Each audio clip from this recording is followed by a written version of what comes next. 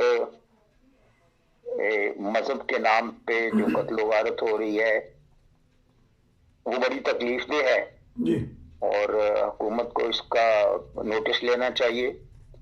ہم اپیل کرتے ہیں کہ اس کے اوپر توجہ دی جائے، اس قسم کی قتل و غارت کے اوپر. یہ بڑی تکلیف دہ واقعات ہیں جو ہو رہے ہیں، بے گناہ لوگوں کو قتل کیا جا رہا ہے اور دن بدن حالات خراب ہو رہے ہیں. جی یہ ذمہ داری حکومت کی ہے، اور انسانیت کا اس طرح قتل کیا جانا اور اس طرح بے گناہ خون بہنا بہت تکلیف دہ بھی ہے. جی اور ایک میں سمجھتا ہوں کہ کسی مملکت کے اوپر یہ ایک عذاب الہی کہہ سکتے ہیں اللہ تعالیٰ کا.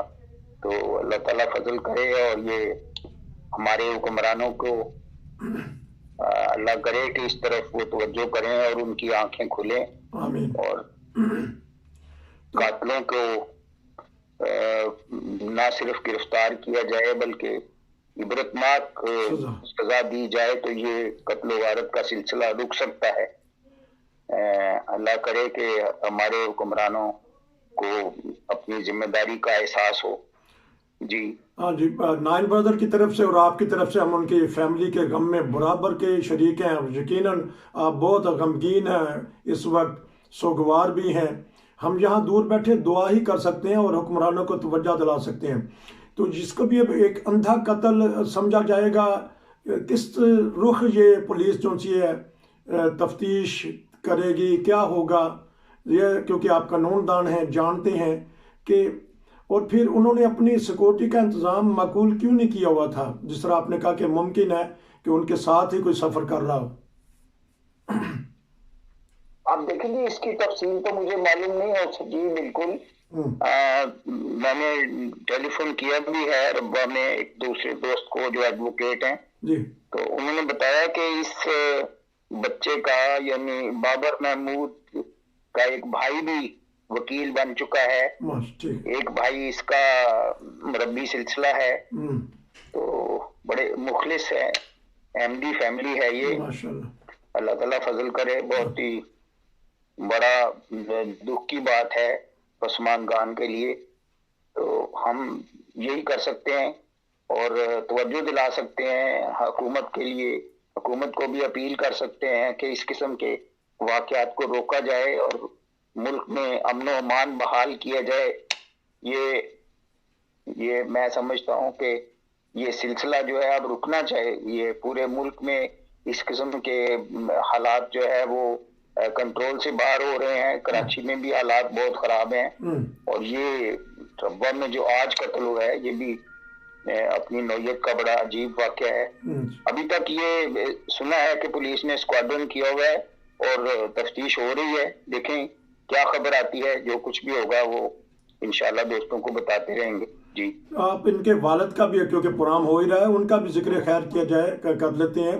تو آپ کے دوست بھی تھے تو ان کے بارے میں بتائیے گا کہ وہ کہاں سروس کرتے رہے اور کیسا تعلق تھا ان کا آپ کے ساتھ. جی ان کے والد طارق محمود بسرا ایڈوکیٹ کے نام سے میرے ساتھ بھی انہوں نے کام کیا ہے. مجھ سے پہلے جب میں پاکستان سے باہر عرب ممالک میں کام کرتا تھا ان دنوں انہوں نے وکالت پاس کی، اور میں نے تقریباً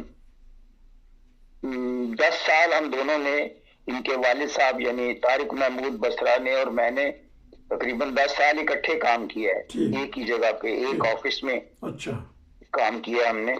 تو بہت اچھے دوست تھے، بڑے اچھے مخلص وکیل تھے، جماعت کا درد رکھتے تھے. اور وہ بھی اچانک، میں تو 2010 میں آ گیا تھا اور 2014 میں ان کی اچانک وفات ہو گئی تھی ہارٹ اٹیک سے. جی تو وہ اس کے لیے کچھ ہمارے دوست وکلاء، کچھ غیر عمدی دوست ہیں ہمارے. ایک قاضی مشرف صاحب ہیں چنیوٹ میں، وہ بڑے مخلص دوست ہیں اور اس فیملی کے لیے وہ کام کیا انہوں نے. اللہ تعالیٰ ان کو بھی جزا دے. انہوں نے اس بچے کے لیے، یہ بابر محمود جو آج شہید ہوئے ہیں، ان کے لیے انہوں نے کچھ کام کیا تھا. قاضی صاحب نے ان کے لیے کوشش کی، ان کو آفس بنا کے دیا اور بہت کوشش کی کہ اپنے والد کی کرسی پہ وہ یعنی بٹھانا چاہتے تھے. میرے ساتھ بھی کئی دفعہ بات ہوئی تو انہوں نے کہا کہ میں بابر کو، ان کے بیٹے کو ان کی کرسی پہ انشاءاللہ بٹھاؤں گا اور وہ کام کریں گے.